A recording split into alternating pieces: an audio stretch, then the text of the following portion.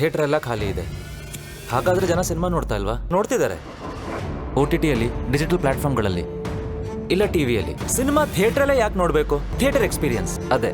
ಮನೇಲಿ ಪೂಜೆ ಮಾಡೋದಕ್ಕೂ ದೇವಸ್ಥಾನದಲ್ಲಿ ಪೂಜೆ ಮಾಡೋದಕ್ಕೂ ಇರೋ ವ್ಯತ್ಯಾಸ. ಎಲ್ಲರೂ ಮನೇಲಿ ದೇವ್ರ ಫೋಟೋನೇ ಇರುತ್ತೆ, ಆದ್ರೂ ಮನಸ್ಸಿಗೆ ನೆಮ್ಮದಿ ಸಮಾಧಾನ ಬೇಕು ಅಂದಾಗ ದೇವಸ್ಥಾನಕ್ಕೆ ಹೋಗ್ತೀವಿ. ಸೊ ಈಗ ವರ್ಷದಲ್ಲಿ ಒಂದು 200 ಸಿನಿಮಾ ರಿಲೀಸ್ ಆಗುತ್ತೆ, ಅದರಲ್ಲಿ ಒಂದು 2-3 ಹಿಟ್ ಆಗುತ್ತೆ. ಆ್ಯಂಡ್ ಒಂದು ಸ್ಟೆಬಿಲಿಟಿ ಇತ್ತು ಇಂಡಸ್ಟ್ರಿಲಿ.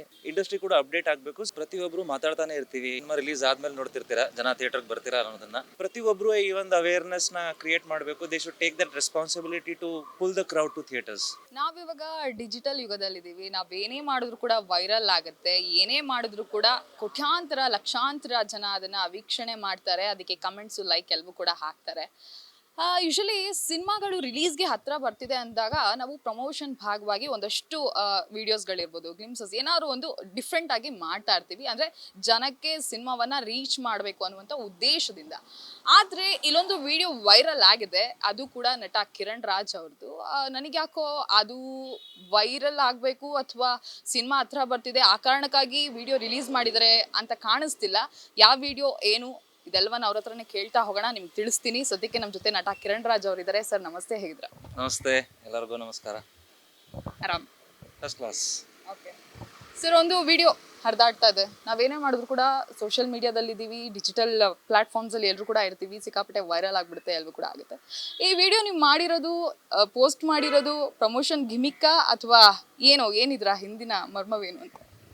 ಇಲ್ಲ, ಪ್ರಮೋಷನ್ ಗಿಮಿಕ್ ಅಂತ ಅಲ್ಲ. ಯೂಶಲಿ ನೀವು ಈ ಥರ ವಿಡಿಯೋಸ್ನ ಸಿನಿಮಾ ರಿಲೀಸ್ ಆದಮೇಲೆ ನೋಡ್ತಿರ್ತೀರಾ ಜನ ಥಿಯೇಟರ್ಗೆ ಬರ್ತೀರಾ ಅನ್ನೋದನ್ನು. ಸೊ ಕೈಂಡ್ ಆಫ್ ಅವೇರ್ನೆಸ್ ನಾವು ಸಿನಿಮಾ ರಿಲೀಸ್ಗಿಂತ ಮುಂಚೆನೇ ಮಾಡ್ತಾ ಇದ್ದೀವಿ. ಆ್ಯಂಡ್ ಆ್ಯಸ್ ಅ ಹೋಲ್ ಪ್ರತಿಯೊಬ್ಬರು ಮಾತಾಡ್ತಾನೆ ಇರ್ತೀವಿ. Industry together, we should stand together and work for the betterment of industry. And ನನ್ನ ಪ್ರಕಾರ ಯಾವುದೇ ಒಂದು ಸಮಸ್ಯೆ ಬಗ್ಗೆ ಚರ್ಚೆ ಮಾಡೋದಕ್ಕಿಂತ ಅದ್ರ ಬಗ್ಗೆ ಏನಾದರೂ ಆ್ಯಕ್ಟ್ ಮಾಡೋದಾದ್ರೆ ಜಾಸ್ತಿ ರಿಸಲ್ಟ್ ಇದೆ ಅಂತ ಅನ್ಸುತ್ತೆ. ಆ್ಯಂಡ್ ಅವೇರ್ನೆಸ್ ಒಂದು ಬೇಕಾಗಿದೆ ನಮ್ಮಿಂದನೂ. ಬಿಕಾಸ್ ಆ್ಯಸ್ ನಾನು ವಿಡಿಯೋದಲ್ಲೇ ತೋರಿಸಿದ್ದೀವಿ, ನಮ್ಮ ಸ್ಯಾಂಡಲ್ವುಡ್ ಒಂದು ಗೋಲ್ಡನ್ ಎರಾ ನಾವು ನೋಡಿದ್ದೀವಿ. ಆ್ಯಂಡ್ ಆ ಒಂದು ಟೈಮಲ್ಲಿ ಎಷ್ಟು ರೆಸ್ಪೆಕ್ಟ್ ಇತ್ತು ನಮ್ಮ ಒಂದು ಇಂಡಸ್ಟ್ರಿಗೆ. And in terms of success ನಿಮಗೆ ಪ್ರಾಬಬಿಲಿಟಿ ಜಾಸ್ತಿ ಇತ್ತು. ಸೊ ಈಗ ವರ್ಷದಲ್ಲಿ ಒಂದು 200 ಸಿನಿಮಾ ರಿಲೀಸ್ ಆಗುತ್ತೆ, ಅದರಲ್ಲಿ ಒಂದು 2-3 ಹಿಟ್ ಆಗುತ್ತೆ. ಸೊ ಅಲ್ಲೇ ನಿಮಗೆ ಪ್ರಾಬಬಿಲಿಟಿ ಕಡಿಮೆ ಆಗ್ತಿದೆ. ಆಗ ಬಹುಶಃ ಒಂದು 25-30 ಸಿನಿಮಾ ರಿಲೀಸ್ ಆಗ್ತಿದ್ರು. ಆ್ಯಂಡ್ ಪ್ರತಿಯೊಂದು ಸಿನಿಮಾನೂ ಅಷ್ಟೇ ಒಳ್ಳೆ ರಿಸಲ್ಟ್ ನೋಡ್ತಿದ್ರು.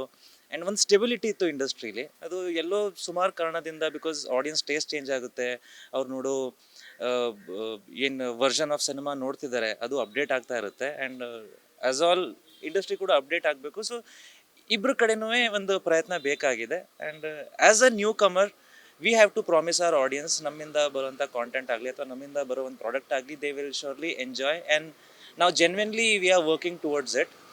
ಆ್ಯಂಡ್ ಪ್ರತಿಯೊಂದು ಸಿನಿಮಾಗೂ ಅದರಿಂದ ಒಂದಷ್ಟು ಜನ ಬರೋಕ್ಕೆ ಸ್ಟಾರ್ಟ್ ಆದರೆ ಆ್ಯಸ್ ಅ ಹೋಲ್ ಇಂಡಸ್ಟ್ರಿಗೆ ಒಳ್ಳೆಯದಾಗುತ್ತೆ. ಈಗ ನಮ್ಮ ಸಿನಿಮಾ ಗಿಮಿಕ್ ಅಂತ ಹೇಳಿದರೆ ನಾವು ನಮ್ಮ ಸಿನಿಮಾ ರಿಲೀಸ್ ಟೈಮಲ್ಲಿ ಇದನ್ನು ಬಿಡ್ತಿದ್ವಿ, ಬಟ್ ಮುಂಚೆನೇ ಬಿಟ್ಟಿದ್ದೀವಿ. ಬಿಕಾಸ್ ಒಂದಷ್ಟು ಸಿನಿಮಾ ಬರ್ತಿದೆ, ಹೊಸಬ್ರ ಸಿನಿಮಾ ತುಂಬ ಬರ್ತಿದೆ. ಆ್ಯಂಡ್ ಪ್ರತಿಯೊಬ್ಬರಿಗೂ ಗೆಲುವು ಸಿಕ್ಕಿದಾಗ ಪ್ರತಿಯೊಬ್ಬರಿಗೂ ಇನ್ನೂ ಒಂದಷ್ಟು ಜೋಶ್ ಬರುತ್ತೆ ಏನಾದರೂ ಕ್ರಿಯೇಟಿವ್ ಮಾಡೋದಕ್ಕೆ. Where finances are involved, risk factor ಇದ್ದೇ ಇರುತ್ತೆ. ಆ ರಿಸ್ಕ್ ಫ್ಯಾಕ್ಟರ್ ಸ್ವಲ್ಪ ಕಡಿಮೆ ಆದಾಗ ಕ್ರಿಯೇಟಿವಿಟಿಗೆ ಬ್ರೀದಿಂಗ್ ಸ್ಪೇಸ್ ಸಿಗುತ್ತೆ ಅಂತ ನಂಗೆ ಅನ್ಸುತ್ತೆ. ಸೊ ಇದ್ರ ಮೂಲಕ ಸ್ಟಾರ್ಟ್ ಆಗಲಿ. ನಾನಂತಲ್ಲ, ಐ ಥಿಂಕ್ ಪ್ರತಿಯೊಬ್ಬರು ಈ ಒಂದು ಅವೇರ್ನೆಸ್ನ ಕ್ರಿಯೇಟ್ ಮಾಡಬೇಕು. They should take that responsibility to pull the crowd to theatres. Sir, ಈ ವಿಡಿಯೋ ಇಂಡಸ್ಟ್ರಿಯಲ್ಲಿ ಇವಾಗ ಏನಾಗ್ತಾ ಇದೆ ಬೆಳವಣಿಗೆಗಳು ಅಂದರೆ, ಜನ ಥಿಯೇಟರ್ಗೆ ಬರ್ತಿಲ್ಲ, ಯಾಕೆ ಬರ್ತಿಲ್ಲ? ಒಳ್ಳೆ ಸಿನಿಮಾಗಳು ಕೊಡ್ತಿಲ್ವಾ? ಅಥವಾ ಬಂದರೂ ಕೂಡ ಯಾಕೆ ಜನ ನೋಡ್ತಿಲ್ಲ? ಇದರ ಒಂದು ಅಷ್ಟು ಪ್ರಶ್ನೆಗಳಿಗೆ ಎಲ್ಲೋ ಅವೇರ್ನೆಸ್ ಜೊತೆಗೆ ಒಂದು ಒಳ್ಳೆ ಸಂದೇಶ ಸರ್. ಅಂದರೆ ಯಾರು ಕೂಡ ಈ ಹಿಂದೆ ಈ ಥರದ ಪ್ರಯತ್ನಗಳು ಮಾಡಿಲ್ಲ, ಈ ಥರದ ವಿಡಿಯೋ ಈ ಥರ ಪ್ರಯತ್ನ ಮಾಡಿಲ್ಲ. ಪ್ರಮೋಷನ್ಗೋಸ್ಕರ ಬೇರೆ ಬೇರೆ ಥರ ಮಾಡ್ತಾರೆ. ಬಟ್ ನೀವು ನಿಮ್ಮ ಸಿನಿಮಾಗಲ್ಲದೆ ಇಂಡಸ್ಟ್ರಿಯನ್ನು ತಲೆಯಲ್ಲಿ ಇಟ್ಕೊಂಡು ಆ ಉದ್ದೇಶಕ್ಕೋಸ್ಕರ ಈ ವಿಡಿಯೋ ಮಾಡಿರೋದು ಖುಷಿ ಪಡುವಂಥ ವಿಚಾರ. ನೋಡಿ, ಪ್ರತಿಯೊಬ್ಬರು ಬೇರೆಯವ್ರು ಮಾಡಲಿ ಅಂತ ಕಾಯ್ತಾ ಕೂತಿದ್ರೆ ಮಾಡೋರು ಯಾರು? So any one should take the initiative. ಆಮೇಲೆ ಅದು ಪರ್ಸನಲ್ ಇಂಟ್ರೆಸ್ಟ್ ಅಂತಲೂ ಹೇಳ್ಬೋದು. ಲೈಕ್ ಪರ್ಸನಲ್ ಇಂಟ್ರೆಸ್ಟಿಂದನೇ ಇದನ್ನು ಮಾಡೋಕ್ಕಾಗೋದು.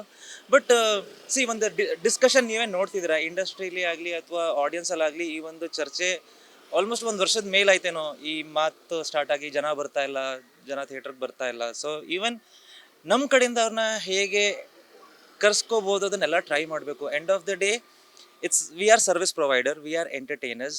ನಾವು ಏನು ಅವ್ರಿಗೆ ಪ್ರೊವೈಡ್ ಮಾಡ್ತಾ ಇದ್ದೀವಿ, that should entertain them. So ಅವರು ಪ್ರತಿಯವರು ಹಾಕಿರೋ ₹1 ರಿಟರ್ನ್ಸ್ ನೋಡಿಕೊಂಡೇ ಬರ್ತಾರೆ. So it's just a kind of promise ನಮ್ಮ ಕಡೆಯಿಂದ. ಲೈಕ್ ನಾವು ಮಾಡೋ ಪ್ರತಿ ಕೆಲಸ ಇಂಡಸ್ಟ್ರಿ ಬೆಳವಣಿಗೆ ಪೂರ್ವಕವಾಗಿರುತ್ತೆ ಅಂತ. Yes sir. ಅಂದ್ರೆ ನೀವಷ್ಟೇ ಮಾತಾಡ್ತಿದ್ದೀರಾ ಅನ್ಸುತ್ತೆ, ನಿಮ್ ತರದ ಇನ್ನೊಂದಷ್ಟು ಜನ ಕೂಡ ಪ್ರಯತ್ನ ಪಡ್ತಾ ಇದಾರೆ. ಅಂದ್ರೆ ಇಂಡಸ್ಟ್ರಿ ಈ ತರ ನಮ್ಗೆ ನೋಡಕ್ ಇಷ್ಟ ಇಲ್ಲ, ನಾವ್ ಇನ್ನೇನೋ ಮಾಡ್ಬೇಕು ಅನ್ನುವಂತ ಒಂದು ಪ್ರಯತ್ನಕ್ಕೆ ಎಲ್ಲರೂ ಕೂಡ ಕೈ ಹಾಕ್ತಾ ಇಲ್ಲ. ಎಲ್ಲಿ ಎಡುತ್ತಾ ಇದೆ ಇಂಡಸ್ಟ್ರಿಯಲ್ಲಿ, ಜೊತೆಗೆ ಏನ್ ಆಗ್ಬೇಕು ಏನ್ ಆಗ್ತಿಲ್ಲ? ಏನು ಆಗ್ತಿದೆ ಏನು ಆಗ್ತಿಲ್ಲ ಅದ್ರ ಬಗ್ಗೆ ನಂಗೆ ಅಷ್ಟು ನಾಲೆಜ್ ಇಲ್ಲ. ನಾನು ಪರ್ಸ್ನಲಿ ನನ್ನ ಪರ್ಸ್ಪೆಕ್ಟಿವಿಂದ ಹೇಳಿದ್ರೆ, ಈಗ ನಾನು ಮುಂಚೆ ಟೆಲಿವಿಷನಲ್ಲಿದ್ದೆ, ಈಗ ಐ ಆಮ್ ಟ್ರೈಯಿಂಗ್ ಸಿನಿಮಾ ಇದರಲ್ಲಿ. ಸೊ ನಾನು ಯಾವ ರೀತಿ ಬೆಸ್ಟ್ ಆಗ್ಬೋದು, ನಾಟ್ ಜಸ್ಟ್ ನಮ್ಮ ಸ್ಟೇಟಲ್ಲಿ ಅಂತ ಯೋಚನೆ ಮಾಡ್ತಾಯಿಲ್ಲ ನಾನು.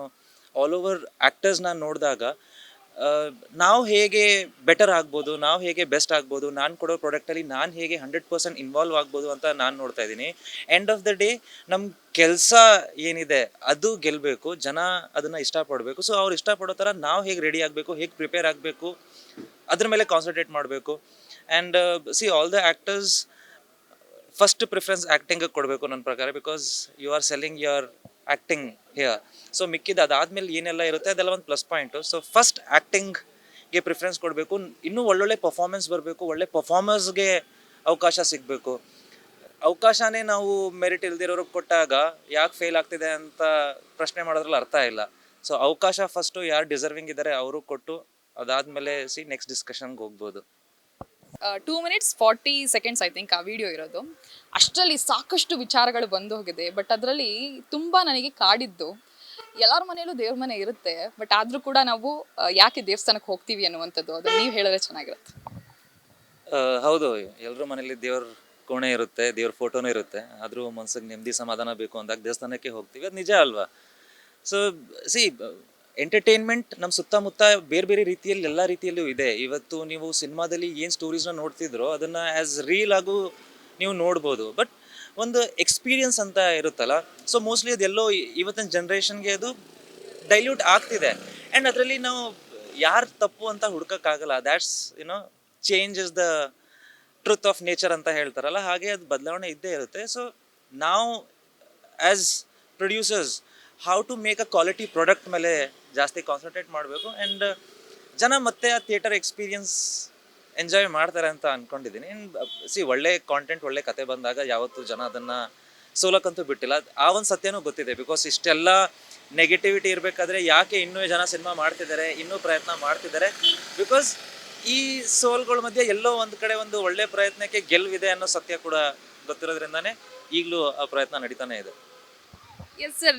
ನಾನು ಯಾಕೆ ಪದೇ ಪದೇ ಆ ವಿಡಿಯೋ ಬಗ್ಗೆ ಮಾತನಾಡ್ತಿದ್ದೀನಿ ಅಂದರೆ, ಅಷ್ಟು ಒಳ್ಳೆ ಮೆಸೇಜ್ ಇದೆ ಆ ವಿಡಿಯೋದಲ್ಲಿ. ಇನ್ನೊಂದು ವಿಚಾರ ನನಗೆ ತುಂಬ ಇದಾಗಿದೆ ಅಂದರೆ, ಒಂದು ವಾರಕ್ಕೆ 8 ಸಿನಿಮಾ ಬಂದು ಹೋಗ್ತಾ ಇದೆ.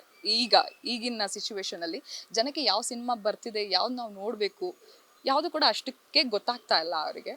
ಸೊ ಅದರಲ್ಲಿ ಒಂದು ಮಾತು ಕೂಡ ಇದೆ, ಒಂದು ಸಿನಿಮಾ ತಾನೇ, ನಾವು ನೋಡಿಲ್ಲ ಅಂದರೆ ಏನೂ ಆಗಲ್ಲ ಅಂತ ಇರೋರು ಇರ್ತಾರೆ. ಬಟ್ ಅದ್ರ ಹಿಂದೆ ಸಾವಿರಾರು ಜನರಿಗೆ ಅದರಿಂದ ಜೀವನ ಸಿಗುತ್ತೆ ಅನ್ನುವಂಥ ಒಂದು ಮಾತು ಕೂಡ ಇದೆ.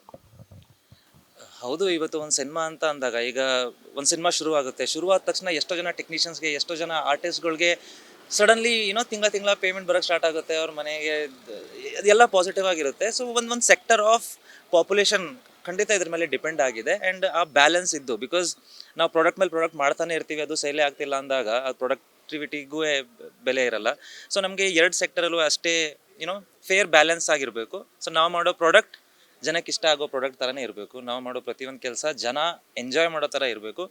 ಸೊ ಅವ್ರನ್ನ ನಾವು ಎಷ್ಟು ಕೇಳ್ಕೊತಾ ಇದ್ದೀವಿ, ಥಿಯೇಟ್ರಿಗೆ ಬನ್ನಿ, ಅಷ್ಟೇ ನಾವು ರೆಸ್ಪಾನ್ಸಿಬಲ್ ಆಗಿರಬೇಕು ಆ ಒಂದು ಪ್ರಾಡಕ್ಟ್ ಕ್ರಿಯೇಟಿವಿಟಿಯಲ್ಲಿ. ಸೊ ನಾನು ಆಗಲೇ ಹೇಳಿದೆ, ಯಾರು ಡಿಸರ್ವಿಂಗ್ ಇದ್ದಾರೋ, who are here on merit, ಅವ್ರಿಗೆ ಅವಕಾಶ ಕೊಟ್ಟು ನೋಡಿ, ಎಲ್ಲ ಚೆನ್ನಾಗಿರುತ್ತೆ.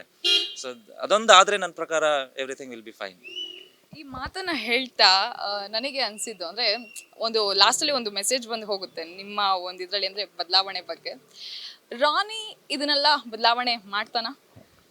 ನಾನು ಇಷ್ಟೆಲ್ಲ ಮಾತಾಡ್ತಿದ್ದೀನಿ ಅಂದಾಗ ಆಬ್ವಿಯಸ್ಲಿ ಯಾವುದೋ ಒಂದು ಕಾನ್ಫಿಡೆನ್ಸ್ ಮೇಲೆ ಮಾತಾಡ್ತಿರ್ತೀನಿ. ಆ್ಯಂಡ್ ರಾನಿ ಅಂತ ಒಂದು ಸಿನಿಮಾ ನನಗೆ ಸಿಗಬೇಕಾದ್ರೆ ನನಗೆ ಗೊತ್ತಿದೆ ಅದರ ಹಿಂದೆ ಯಾವ ಸಿಚುವೇಶನ್ಸ್ನ ನಾನು ಫೇಸ್ ಮಾಡಿದ್ದೀನಿ, ಅಥವಾ ಯಾವ ಥರ ಎಲ್ಲ ಆಗಿದೆ. But I always ignore the negative aspect of life.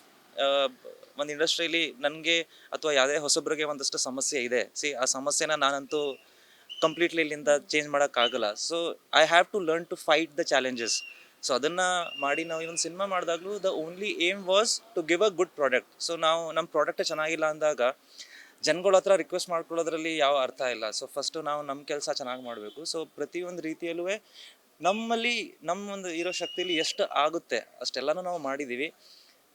ನಮ್ಮ ಪರ್ಸ್ಪೆಕ್ಟಿವಿಂದ ನಾನು ಇವತ್ತದು ಚೆನ್ನಾಗಿದೆ ಅಂತ ಹೇಳ್ಬೋದು. ಬಟ್ ಫೈನಲ್ ರಿಸಲ್ಟ್ ಆಗಸ್ಟ್ 30 ಜನ ಅದನ್ನು ನೋಡಿ ಏನು ಹೇಳ್ತಾರೋ that is the final result. Because obviously ನಾವು ಮಾಡಿರೋದು ನಮ್ಗೆ ಚೆನ್ನಾಗೇ ಇರುತ್ತೆ, ಜನಕ್ಕೆ ಅದು ಹೇಗೆ ರಿಸೀವ್ ಆಗುತ್ತೆ ಅಂತ. ಬಟ್ ನನ್ನ ಪ್ರಕಾರ ಇಷ್ಟು ಜನ ನನ್ನ ಯಾವ ರೀತಿ ನನ್ನ ಪರ್ಫಾರ್ಮೆನ್ಸ್ನ ಇಷ್ಟಪಟ್ಟಿದ್ರು, ನನಗೆ ಅದರಿಂದ ಏನು ಔಟ್ಕಮ್ ಬಂದಿದೆ, ಆ ಒಂದು ಬೇಸಿಸ್ ಮೇಲೆ ನಾನು ಹೇಳ್ಬೋದು ಜನ ಇದನ್ನು ಖಂಡಿತ ತುಂಬ ಎಂಜಾಯ್ ಮಾಡ್ತಾರೆ. ಆ್ಯಂಡ್ ನಿಮಗೆ ಔಟರ್ ಲುಕ್ ಒಂದು ಆ್ಯಕ್ಷನ್ ಸಿನಿಮಾ ಥರ ಕಾಣ್ತಿರ್ಬೋದು, but it's completely a family oriented cinema. US certificate ಕೂಡ ಬಂದಿದೆ recently with no cuts. So ಜನ ಫ್ಯಾಮಿಲಿ ಆಡಿಯನ್ಸ್ ಇದನ್ನು ತುಂಬ ಇಷ್ಟಪಡ್ತಾರೆ and they will enjoy. I think ಪ್ರತಿಯೊಬ್ಬರದ್ದು pure performance they will enjoy. Final ಹಂತಕ್ಕೆ ನಾವು ಬಂದಿದ್ದೀವಿ. ಇನ್ನೇನು 30th ರಾನಿ ಕೂಡ ರಿಲೀಸ್ ಆಗ್ತಾ ಇದ್ದಾನೆ. ನಿಮ್ಮದೇ ಆ ಒಂದು ಸ್ಟೈಲ್ನಲ್ಲಿ, ಡೈಲಾಗ್ ಸ್ಟೈಲ್ನಲ್ಲಿ ಫೈನಲ್ ಟಚ್ ಕೊಡೋದಾದ್ರೆ ಡೈಲಾಗ್ ಸ್ಟೈಲಲ್ಲಿ ಅಂದರೆ ಸಿನಿಮಾದು ಆ್ಯಕ್ಚುಲಿ 14th ಸುಮಾರು ದಿನ ಆಗಿದೆ, ನಾನು ಯಾವುದು ಸೋಷಿಯಲ್ ಮೀಡಿಯಲ್ಲೂ ಡೈಲಾಗ್ ಹಾಕಿಲ್ಲ. ಬಟ್ 14th ಮೋಸ್ಟ್ ಪ್ರಾಬಬ್ಲಿ ನಮ್ಮದು ಟ್ರೇಲರ್ ರಿಲೀಸ್ ಆಗ್ಬೋದು. ಸೊ ಖಂಡಿತ ವಿತ್ ಅ ಡೈಲಾಗೆ ಟ್ರೇಲರ್ ಬರುತ್ತೆ. ಸೊ ನೀವೆಲ್ಲ ಎಂಜಾಯ್ ಮಾಡ್ತೀರಾ. ಆ್ಯಂಡ್ ಮತ್ತೆ ಹೇಳ್ತಾ ಇದ್ದೀನಿ, ಸಿನಿಮಾ ಅನ್ನೋದು ಒಂದು ಎಕ್ಸ್ಪೀರಿಯನ್ಸು, ದಯವಿಟ್ಟು ಅದನ್ನು ಮಿಸ್ ಮಾಡ್ಕೋಬೇಡಿ. ಆದಷ್ಟು ಥಿಯೇಟ್ರಲ್ಲೇ ಸಿನಿಮಾ ನೋಡಿ. ಆ್ಯಂಡ್ ಯಾವಾಗಲೂ ನಿಮ್ಮ ಪ್ರೀತಿ ವಿಶ್ವಾಸ ಹೀಗೆ ಇರಲಿ. Thank you so much. Thank you sir and ಒಳ್ಳೇದಾಗಲಿ, ಆಲ್ ದ ಬೆಸ್ಟ್. ಸೊ ನೋಡಿದ್ರಲ್ಲ, ಇದಿಷ್ಟು ನಟ ಕಿರಣ್ ರಾಜ್ ಅವರ ಮಾತಾಗಿತ್ತು. ಅಂದರೆ ಬದಲಾವಣೆ ಆಗಬೇಕು, ಆಗುತ್ತೆ, ಅದೆಲ್ಲವೂ ಕೂಡ ರಾನಿ ಮೂಲಕನೂ ಆಗ್ಬೋದು ಅಥವಾ ಬೇರೆ ಬೇರೆ ಸಿನಿಮಾಗಳು, ಕನ್ನಡ ಸಿನಿಮಾಗಳಿಂದಲೂ ಕೂಡ ಆಗ್ಬೋದು, ಆಗಬೇಕು ಅನ್ನುವಂಥ ಮಾತನ್ನ ಹೇಳ್ತಾರೆ. ಸೊ ಎಲ್ಲರೂ ಕೂಡ ಥಿಯೇಟರ್ಗೆ ಹೋಗಿ ಸಿನಿಮಾನ ನೋಡೋಣ, ಚಿತ್ರರಂಗವನ್ನು ಉಳಿಸೋಣ ಅಂತ ಹೇಳ್ತಾ ಕ್ಯಾಮ್ರಾ ಪರ್ಸನ್ ಅರುಣ್ ಜೊತೆ ಕಾವ್ಯ, ಕನ್ನಡ ಪಿಕ್ಚರ್.